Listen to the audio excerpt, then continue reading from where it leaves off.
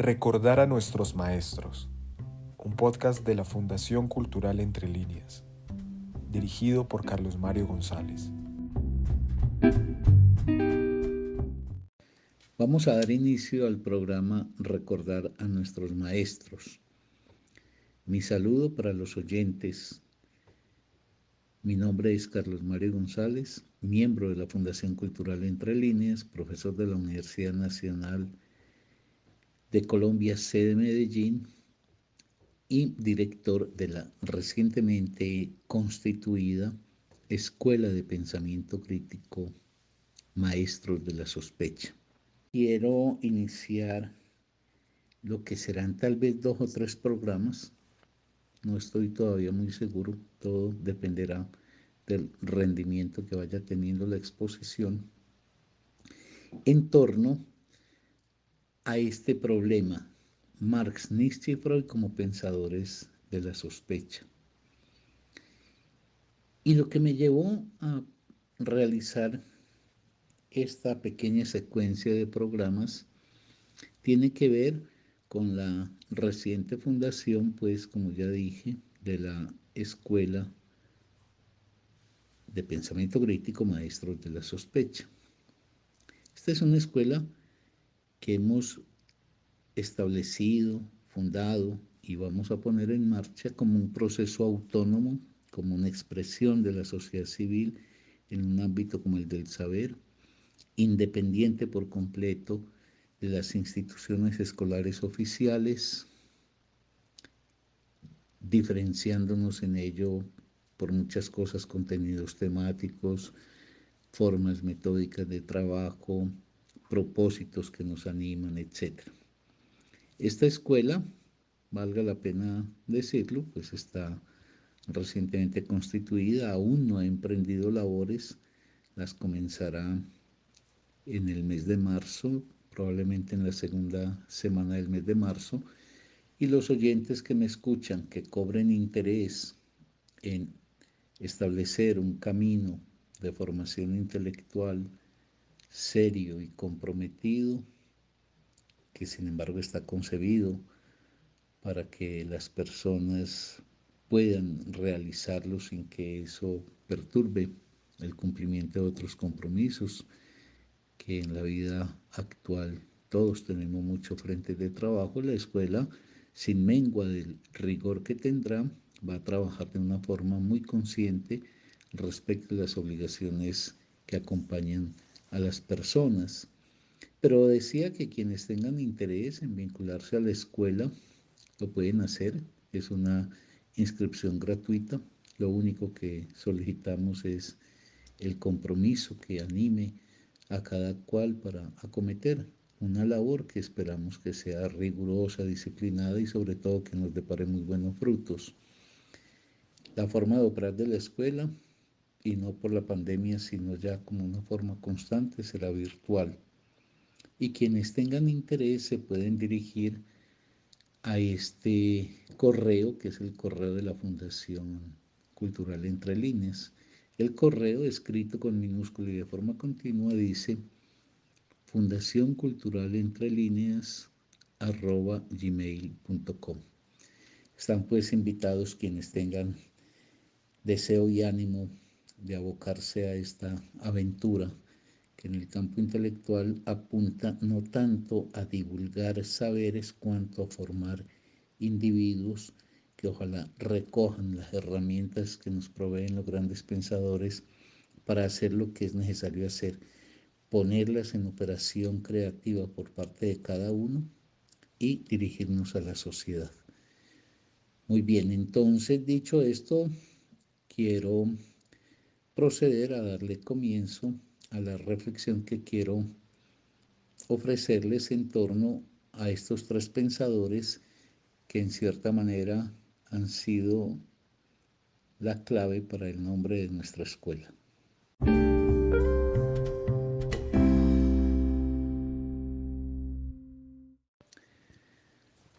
¿Por qué Nietzsche, Marx y Freud son nombrados maestros de la sospecha? Programa 1. Voy a iniciar haciendo una muy breve recensión de la reflexión que Paul Ricoeur, el filósofo francés, ofreció y que fue quien acuñó realmente esa expresión de maestros de la sospecha. Eso lo formuló Paul Ricoeur en un texto titulado Freud, una interpretación de la cultura, y después en una compilación que realizó Fondo de Cultura Económica de algunos artículos de Paul Ricoeur, salió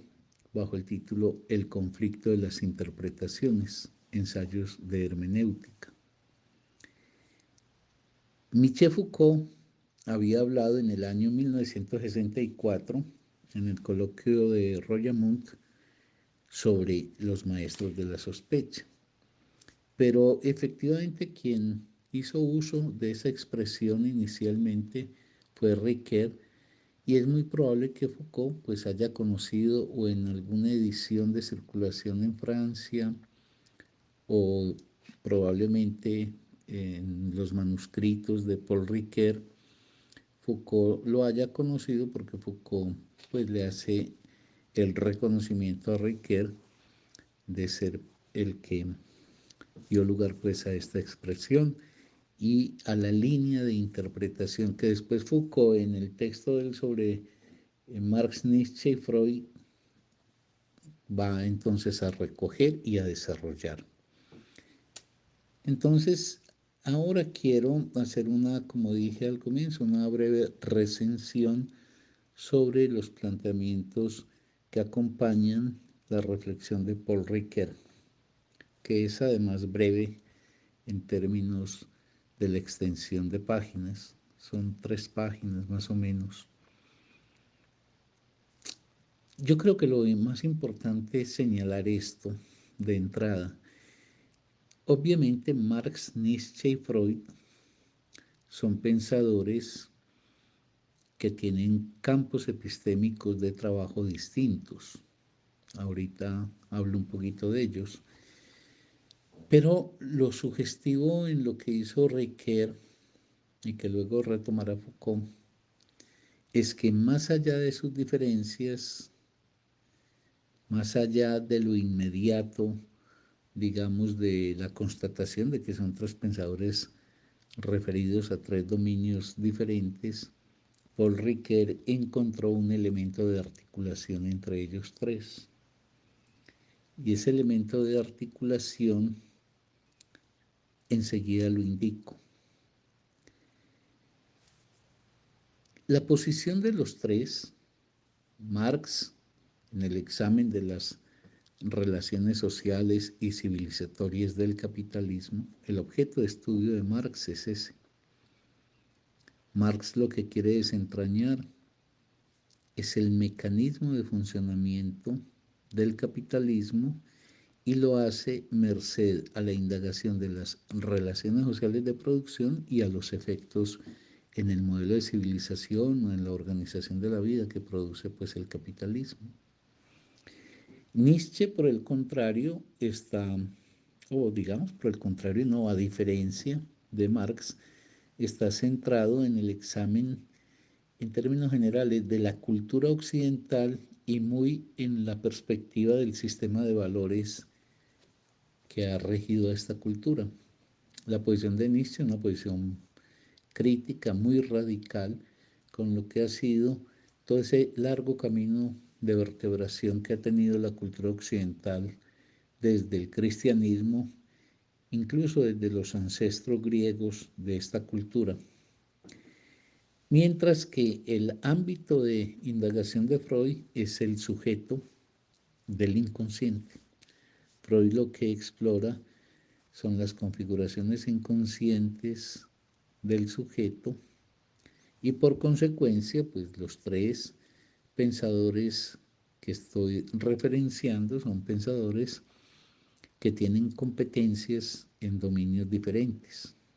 son dominios epistémicos distintos. Sin embargo, Paul Ricoeur empieza a encontrar una línea de articulación, unas actitudes comunes en los tres pensadores que les va a autorizar precisamente el nombre de maestros de la sospecha. Para decirlo sin más dilación, lo que tienen en común Marx, Nietzsche y Freud,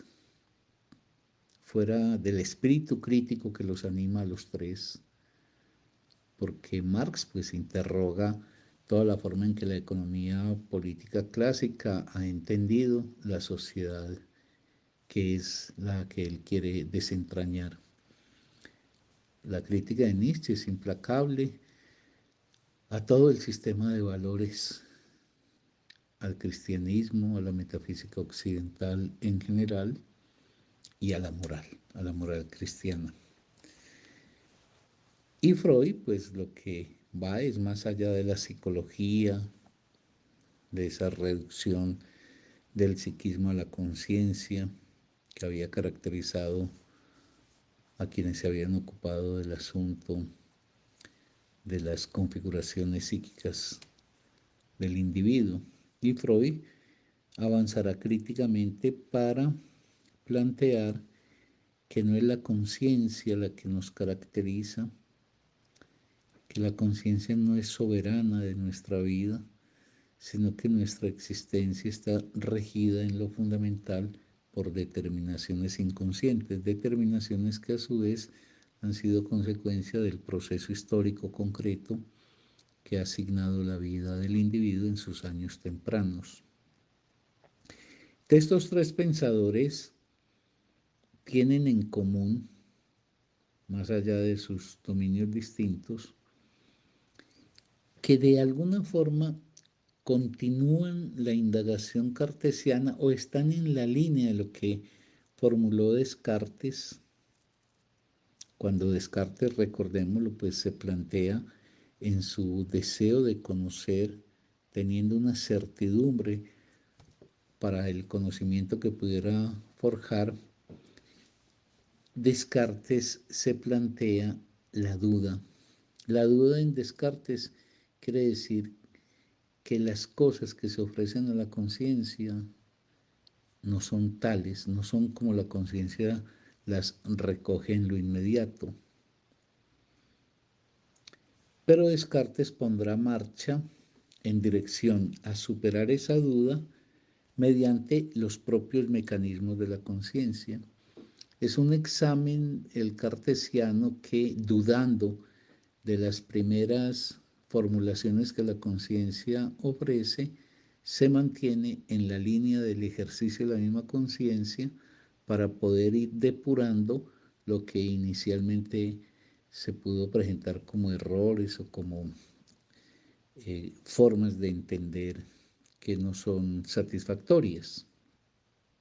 Pero de alguna manera Descartes lo que deja en el ambiente y que va a ser recogido por Marx, por Nietzsche y por Freud,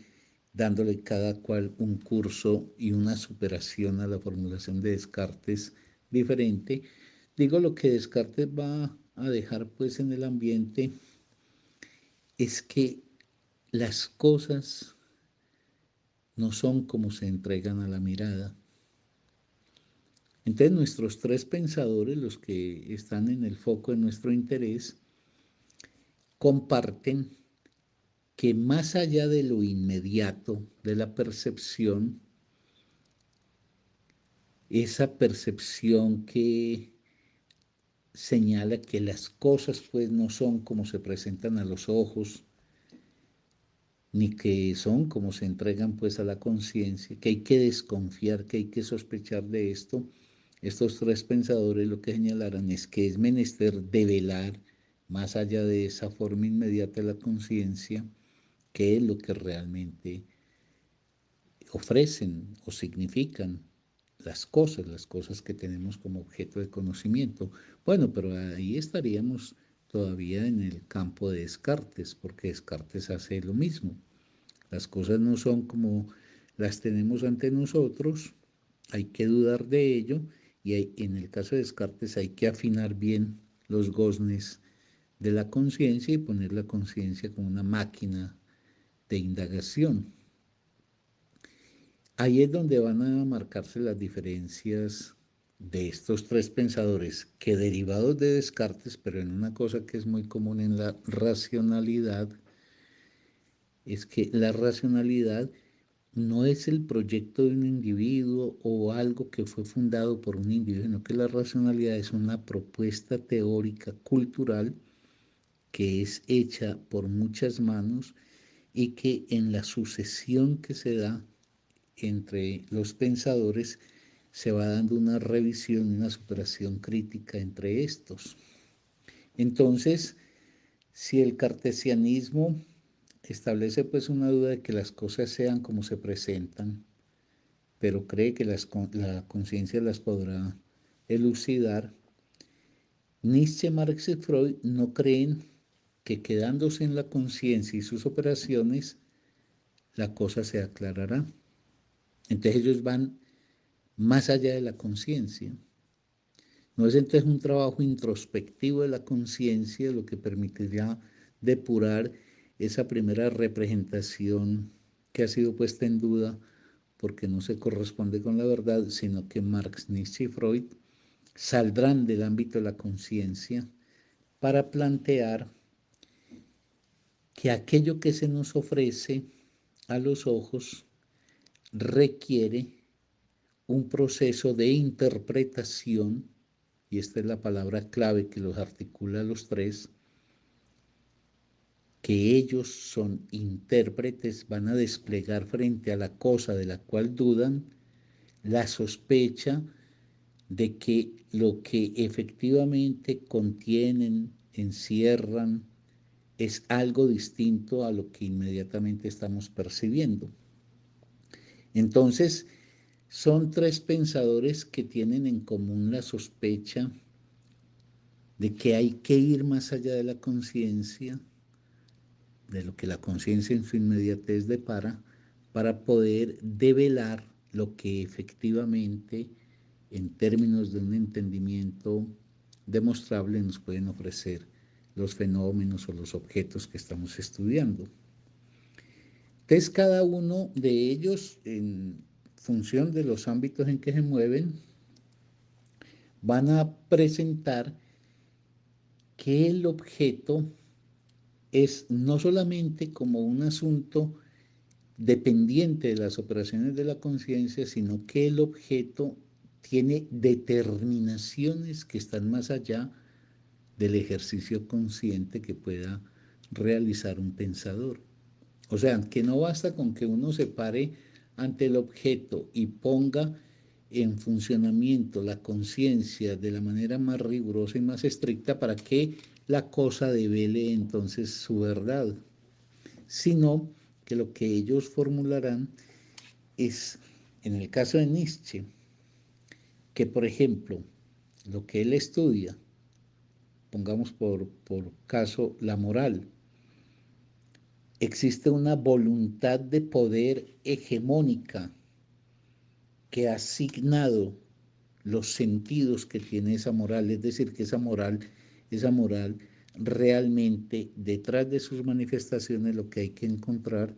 es la determinación de la voluntad de poder imperante. En el caso de Marx,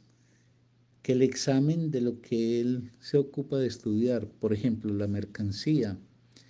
no es, insisto, aguzar la mirada para que la conciencia entonces se ajuste lo mejor posible, sino que es necesario develar las relaciones sociales, porque allí donde la mercancía se presenta como cosas que están entregadas para que los individuos las compren o trancen con ellas a efecto de los consumos que se van a dar, realmente lo que en la mercancía está contenido, pero no de manera visible, es algo que escapa a la percepción, pero que no se podría obtener únicamente por una mera operación de depuración que hiciera la conciencia. Lo que está en la mercancía contenido, pero invisibilizado, son las relaciones sociales que definieron por vía del trabajo de los productores el contenido de valor de esa mercancía. Y en el caso de Freud es que, por ejemplo, la comisión de un lapsus o la instauración de un cuadro clínico en el sujeto tiene que ver con configuraciones inconscientes, no con ejercicios de la voluntad, de la conciencia del individuo, sino que lo que hay que perseguir son las determinaciones inconscientes que hacen que ese individuo o se precipite a un cuadro clínico o incurra en un lapsus o forme un sueño específico, etc. Entonces, fíjense que se trata no de que el investigador, merced a una duda que tiene, que le lleva a decir esto no es como lo tengo ante mi mirada, entonces voy a detenerme para aplicar mi conciencia de la forma más efectiva, sino que de alguna manera ellos salen del objeto para encontrar las determinaciones que perfilan el objeto que ellos quieren estudiar. Esas determinaciones son las que caracterizarán entonces la labor de sospecha de ellos.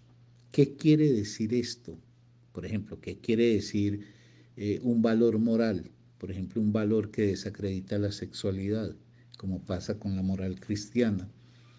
¿O qué quiere decir, por ejemplo, una representación como que la mercancía pareciera estar dotada ella por sí misma del valor que tiene? ¿O qué quiere decir, como mencioné ahora, que alguien cometa, por ejemplo, un lapsus? Eso, insisto, lleva a estos pensadores a sospechar. El lapsus no se puede interpretar por un puro ejercicio que adelante el analista, sino que es menester, merced a unas formas metodológicas propias que tiene que diseñar a su vez el pensador, salir de ese dominio de lo inmediato del lapsus para poder encontrar las determinaciones que más allá de él y de forma no visible vienen marcando la aparición de ese fenómeno. Y otro tanto, pues en su respectivo dominio acontece con Nietzsche y con Marx. Entre estos tres pensadores sospechan que la respuesta forjada por la mera conciencia no es válida y que es menester entonces decodificar el objeto y adelantar una interpretación, la interpretación de las fuerzas que determinan la constitución de ese objeto. Por eso es una labor hermenéutica, es una interpretación que permite dar cuenta de lo que determina lo que se tiene ante la conciencia. Y en ese sentido, pues nuestros tres pensadores, Marx, Nietzsche y Freud, pueden ser perfectamente definidos como maestros en el arte de la interpretación. ¿Qué quiere decir el arte de la interpretación ahí? Que ellos entienden que entre lo que se muestra y lo que se oculta hay una diferencia. Desde que la verdad se oculta. Para usar una expresión clásica en Freud cuando interpreta los sueños, que después Lacan modificará ese juego de expresiones, pero que de todas maneras en Freud es importante, es que una cosa es la expresión manifiesta del sueño, el relato que uno hace cuando cuenta el sueño que ha tenido, y otra cosa, la verdad latente, es decir, lo que palpita de manera no visible a la conciencia, ni del que ha soñado, ni del que escucha el relato del sueño. Entonces se trata de pasar de lo mostrado, de lo que se muestra, a lo que se oculta, o de lo latente, o de lo manifiesto a lo latente. Pero no se trata de la pesquisa de una esencia, porque en ninguno de estos tres pensadores hay algo que pudiéramos llamar del orden esencial. Estos tres pensadores le dan un lugar muy importante a la historia y los objetos que ellos estudian son objetos marcados por la historia del sujeto, por ejemplo, en el caso del psicoanálisis, la historia social en el caso de Marx, y la historia de la cultura en el caso de Freud. Entonces, cuando ellos dicen las cosas no son como se presentan ante los ojos y es menester acudir a formas metodológicas de abordaje que muestren las determinaciones que más allá de lo que la conciencia, por muy atenta que sea, puede capturar, ellos van entonces a desentrañar una verdad que no se ofrece de forma inmediata. Y en ese sentido la verdad tiene que ser construida. Y es construida en gracia a la interpretación que se adelanta. Pero reiterando, porque es muy importante, que eso no quiere decir que estos pensadores estén acudiendo como a la esencia que está oculta bajo la apariencia de la cosa, sino más bien que desde lo inmediato que se ofrece hay que encontrar el hilo de continuidad que permita, recorriendo ese hilo, encontrar la configuración que determina para el sujeto la aparición de ese fenómeno en el caso del inconsciente, ese valor moral de parte de quien profesa dicha moral o esa específica forma de concebir el fenómeno económico o político que en un momento dado un individuo adelanta. Es pues muy importante enfatizar eso, que no se trata de una pesquisa detrás de la apariencia de una esencia, sino de un hilo de continuidad y que permitirá, en el caso del psicoanálisis, para ejemplificarlo, pero esto sería válido para también Marx y Nietzsche, una expresión de Lacan que dice lo inconsciente está en acto, es decir, lo inconsciente no subyace, sino que se manifiesta. Esa manifestación es la misma que también podremos decir que nos depara Marx cuando dice, no, la mercancía no es lo que tenemos de forma inmediata, pero la lectura de la mercancía no tiene que ver con unas entrañas misteriosas, enigmáticas, esotéricas, sino que lo que hay que encontrar es el hilo que permita ir de lo manifiesto a lo que se encubre. Y esa es propiamente la labor de interpretación. Interpretar es lograr construir un sentido que no se ofrecía de manera evidente a los ojos del espectador y mediante una labor de indagación sistemática y metódica poder encontrar el nexo entre lo que se mostraba y lo que se ocultaba, el nexo entre lo manifiesto y lo latente. Eso pues por el momento es lo que quería decir para indicar que los tres pensadores de referencia, de los cuales me ocupé hoy en un primer programa, pero que proseguiré la semana entrante, son pensadores que ponen en ejercicio precisamente la labor interpretativa y por eso nosotros en la escuela que queremos comenzar hemos querido tomarlos a ellos como referencia, como un ejemplo de lo que debe ser la función activa del trabajo del conocimiento, es la producción de sentido, pero al mismo tiempo, lo veremos dentro de 8 días, esos pensadores vuelcan lo que interpretan a la sociedad y lo que persiguen con su indagación es un efecto sobre la sociedad. Hasta dentro de 8 días entonces, amables oyentes.